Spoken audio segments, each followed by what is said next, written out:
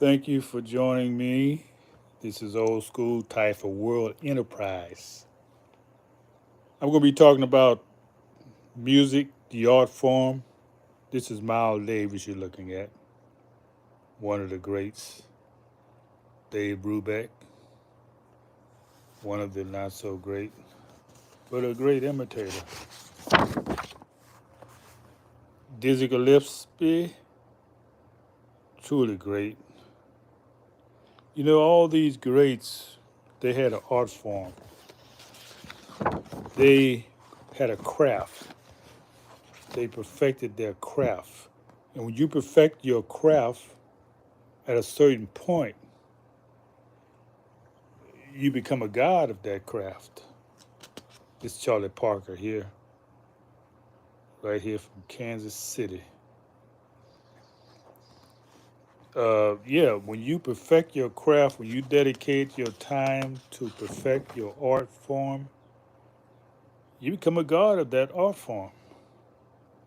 Now, music was an outlet for us as a people because the mainstream, you know what that means, didn't want nothing to do with us. Oh man, you can't talk about greatness without the great Louis Armstrong, who man he made jazz, just music into a divine. He put let's say his art form contribute to the divinity of music as it has become. Because in all music forms, you're gonna find something from Louis Armstrong. We'll talk a little bit about him for a minute. See, these are my idols. I'm real old school. Even though I was born in the 40s, these came a little ahead of me, but I knew about them being from New Orleans, the city of jazz, the city of music. Our music was transported around the country from the tours of people like Louis Armstrong, people like uh, the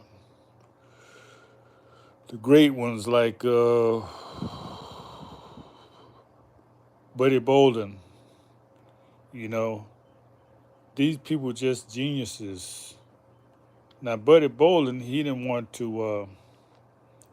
anyone to copy his style, so he would hide his fingering with playing his cornet. You know, when you get something, when you have an art form that you actually created, you're very protective of that art form. You can't copyright it because if people hear you, they can find out how you playing what you're playing. So a lot of people became obsessive with their art form. Didn't want anybody to know how they played it. Another one was uh, Sidney Bechet. He also had that what you call obsession of people learning, copying his art form. So they never really published any music. Only with people like the bands came and started publishing the music. Oh, this a great here, man. You talk about great music, you got to talk about Cab Calloway and uh,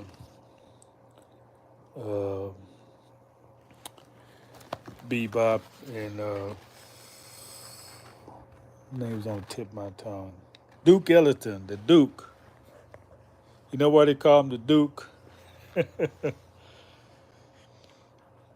Because he carried himself as a Duke, very noble. He didn't bother with the pettiness of racism. He was above that. So it has no effect on him. So just like anything that doesn't stick to you, it has no effect on you. That's why he was able to ascend so far. Yeah, these are some of the greats And I want to give thanks to people like Ken Burns. You know, he printed out anthology of music, greats of jazz. Yeah, you know, he's put a little psychology in it, but still, uh, we need this history so those who know where it came from. Because you got people like, what's this character in the Dixieland band? Said black people didn't create no music. We got everything from them. Can you believe that? He said we copied jazz from them.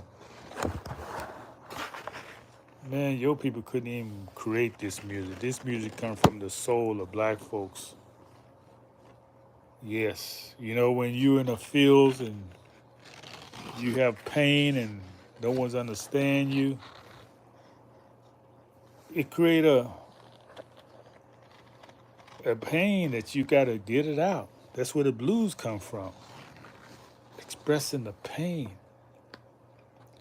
But blues was not about pain. It was about overcoming the pain. You know, a form of venting. Because when you talk about your pain, you actually get rid of it. A lot of people don't understand that about the blues. It was happiness in the blues. The chords, the changes that brought peace to your suffering.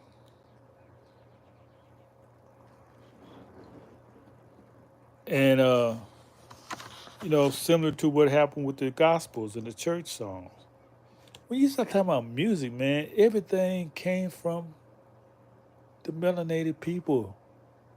What other contributions do you see to music? Well, you can see how people capitalize on it, on our creation. And let me talk about something real quick since it just got in my mind. Remember when we had this boom of doo-wop and in the 60s and 70s, man, we was just taking over. We had so much talent. We had so much talent. We was taking over the music industry in America. Temptations, oh man, Otis Redding, Mary Wells, Aretha Franklin. We had so many artists. That was a threat to somebody because all of a sudden you look up and you got these imitators from Britain. What they call them? Uh, what these four boys? The Beatles. They had to immigrate. They had to import them over here to steal the show, to bust our bubble, because everybody was buying our music. It wasn't just a black thing, you know. We was really building an empire here with our music. Started with Sam Cooke and having our own labels and really raising our standards in the community because we are the musicians. That's our art form. That's what God has given us. However, some people didn't like that, so they said we got to change this. So they got these boys over in Britain who was imitating us from the beginning. Yeah, some people love to imitate. They didn't have anything of their own, but they put a little. They slowed it down. That's. I'm just telling the truth. I hope it's not offensive to anyone, but I'm telling the truth. They slowed the music down because the vibrations was slower. They couldn't keep up, and they became a hit because they said, "Oh, we got talent too." So they didn't have to watch their little daughters go wallow the black man. They go wallow their own people. So yeah, that's what happened. And just think about it. What could have been if we had really marketed our talents to the point that we didn't allow others to come in and steal it. We didn't have those skills of how to protect our. The early ones did. Bichet and Bolin, they saw this down the line. They said, look, if these people learn your art form and they imitate it, then everything that God has given you will be taken away from you. That's why they never published. That's why they used to wear this handkerchief to hide their fingering, so you couldn't see how they was playing what they was playing. But everything we have done here has been taken from us. People know about Brubeck. Yeah, Take Five. But where did he get that from? He got that from listening to the music in the jump joints. He did went around copying or writing down the music because we didn't write the music. We rather play it and create it as we play it. When you write something, it's already dead. That's why we never played something the same time, the same way. But he made a profit because he wrote down the music that we was playing, and he made profit on it. Didn't he? Never once do you hear him say, "I made my living off of copying the music from the people who never wrote it down." But I wrote it down, and I made my money like that. I built my empire like that. So these names become empires because they capitalize on our art form. And a lot of these artists, not even known today, they started it all. They were the god of it. So thanks to Ken Burns for writing these anthology of jazz greats.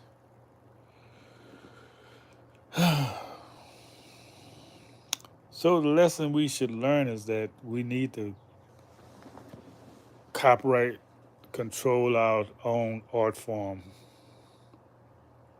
Because there's no more art form in music.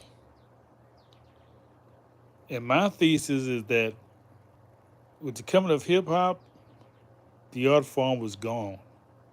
You have a bunch of men venting about ghetto life, venting about the anger of the society.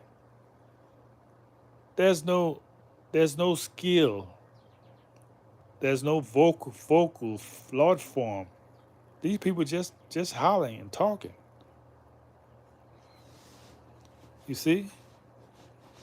But this because that non art form was marketed by the people who suppressed the real artists. The people who had art form, they always being born, prodigies being born all the time. But they're not given a forum.